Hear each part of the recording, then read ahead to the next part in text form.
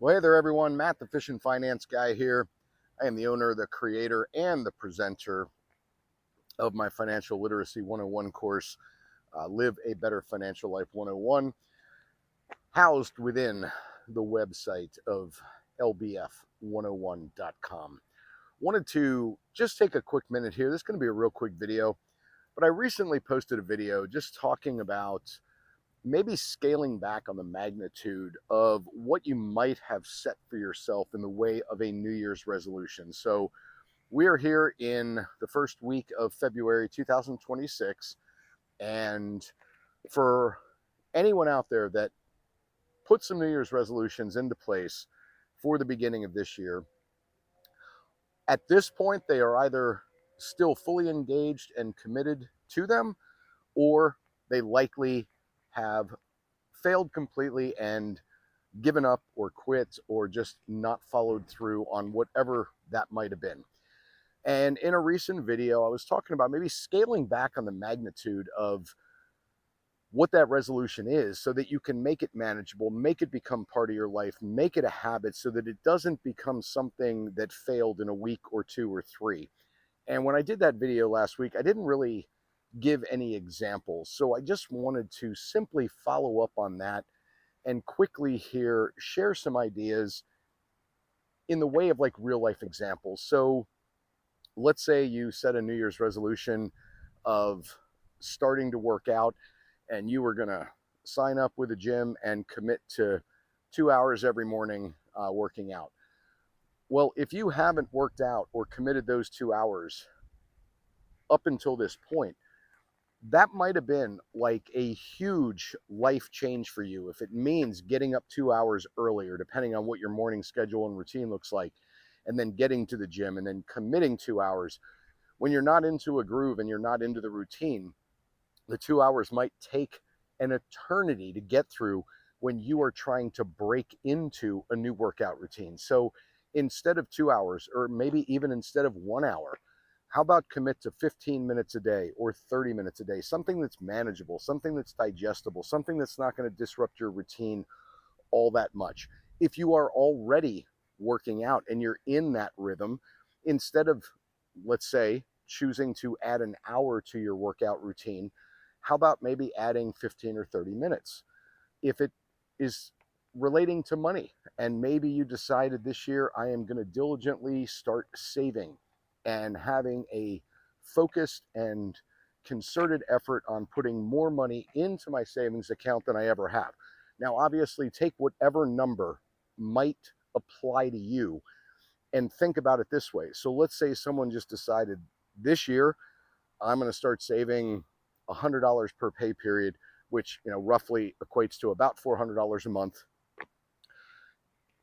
That might be too much of a life change to your budget.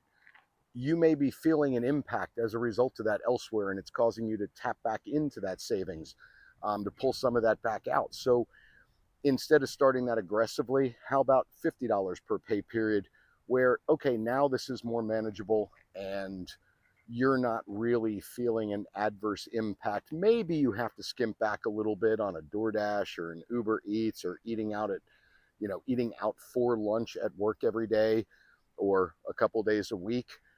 But think about dropping it down to a more manageable level so that you stay with it, you build that habit, you build the routine, and then you can add to it once that is now part of your life and the habit or the routine is normal. And I'll just throw another example out there, and this is one that's in years gone by, a different moment in time in my life, but it's one that I can have a very direct personal relative aspect to, is in regard to reading. And this was not reading for pleasure and entertainment, but reading for work-related material, business development, personal development, that sort of thing. Well, if you set a resolution that, hey, every day I'm going to start my day, instead of going on my computer and scrolling through news or TikTok on my phone or whatever, I'm going to commit an hour a day to reading something that's going to help you in your personal life, something that's going to help you advance in your professional life.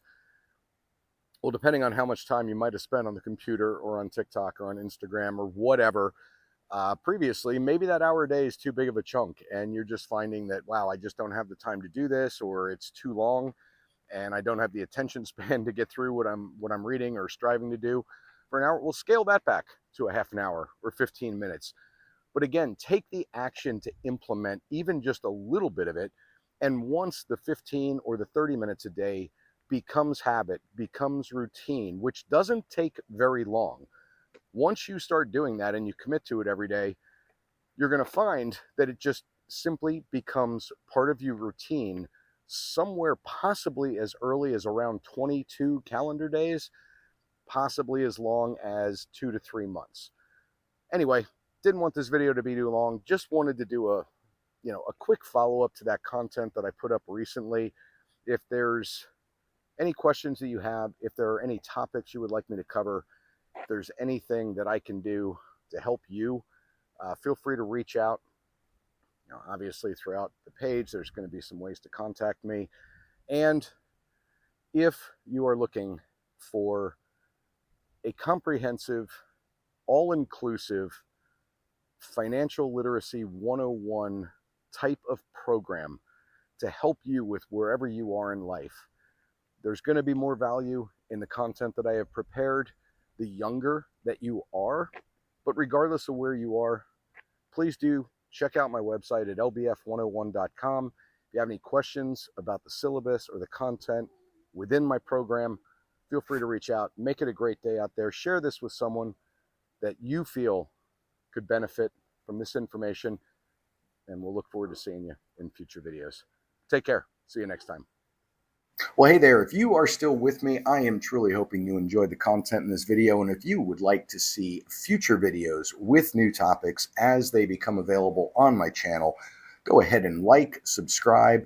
And if you have any younger family members or friends within your family network or circle of friends that are in that 18 to 26-year-old age range, please share this video with them and invite them to check out my online video-based and self-paced Financial Literacy 101 course.